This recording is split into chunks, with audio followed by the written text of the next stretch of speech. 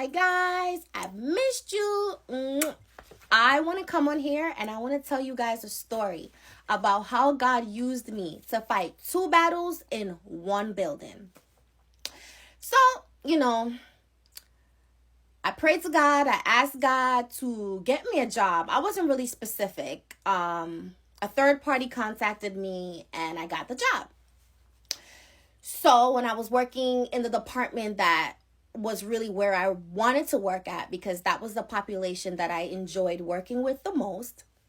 Apparently I started bumping heads with the supervisor. She basically, I don't think she read my resume. I guess she just hired people, I guess just to fulfill the quota. And she hired me and, I guess like 3 or 4 days into the job, she started like complaining about my progress notes. And I was just like, every organization has their own ways of completing progress notes. So teach me how you want to do it. So she taught me how to do it. She's still going through my progress notes with a fine-tooth comb until I was just like, you know what? This is not going to work for me. But what basically made me get upset was she wanted me to make a false complaint against one of my clients. She only wanted to give me one client. So she basically blackballed me. She basically stated that if she doesn't tell me what to do, then I'm not going to know what to do. So she doesn't feel like I'm fit to have another client. I didn't believe that the client was doing what my supervisor said that the client was doing. And I told her that I was not going to make the phone call because not only is it illegal on the physical, it's also illegal on the spiritual. So she didn't like that. So, I told the third party, I basically kept the third party in tune about what was going on. So before my supervisor had a chance to fire me, I basically had the opportunity to move to another department. So I basically had to give my badge in, give back my equipment and everything. But me thinking that I escaped the devil's chains and jaws was like, It was actually, I jumped out of the frying pan and I went into the fire. Because when I got on the 9th floor, it was even worse. So here comes the supervisor. She was a Jamaican lady. So, no, the director was a Jamaican lady. And the person that hired me for the job, she was actually a really nice person.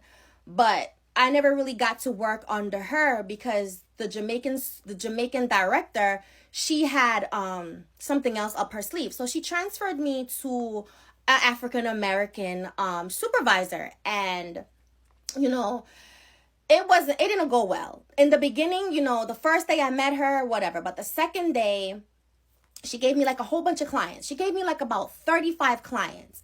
I didn't tell you guys that this was a hybrid job. So apparently I was supposed to be in the office or in the field like 5 days, or 2 days I get to stay at home. Okay, whatever.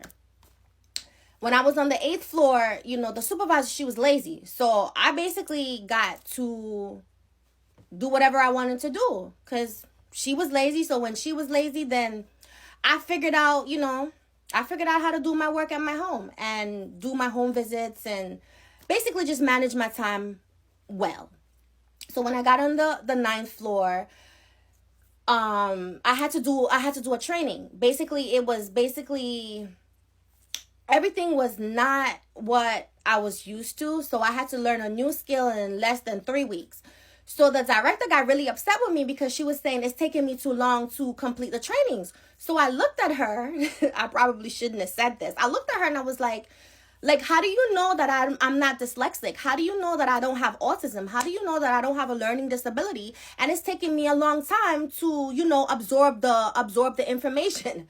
So I guess me telling her that, she got upset. But what really got them upset was the days that they wanted me to come into the office. I didn't want to come into the office because this place was far.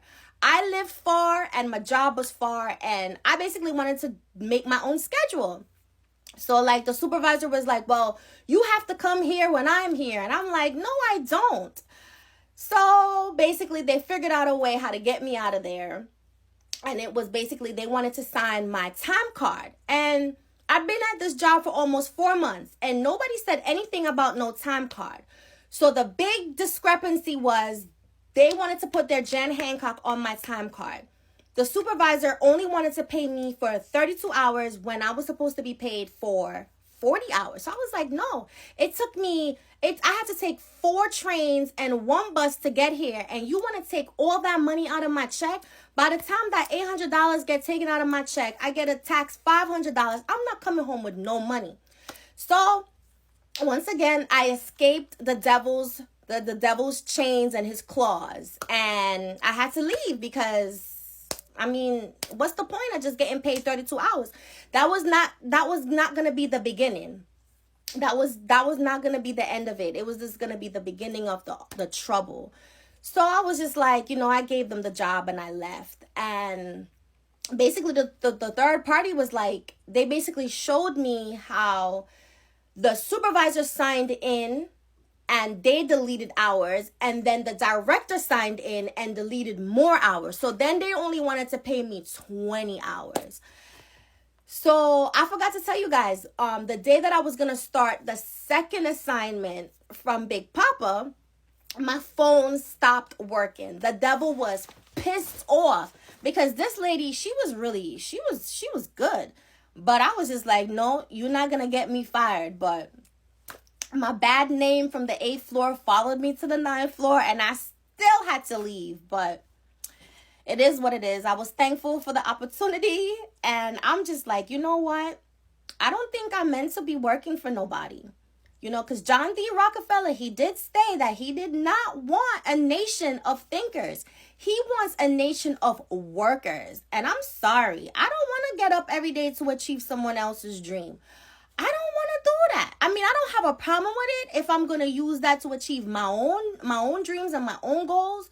But I'm just like, I don't really like how some of the supervisors want to treat the workers like crap. I'm not with it. Like, I remember telling my cousin, I was just like, listen, they're not really talking to me nice. And my cousin was like, but Talia, they're not going to always talk to you nice. So then I was like, well, then don't talk to me at all. I'm going to have to figure it out. I need like a mentor, somebody that I can trust because I can't live my life like this. It's bad. But I know it's not just me because I really wanted to keep this job because I need the money. I got my little bills. But I tried. I love you guys.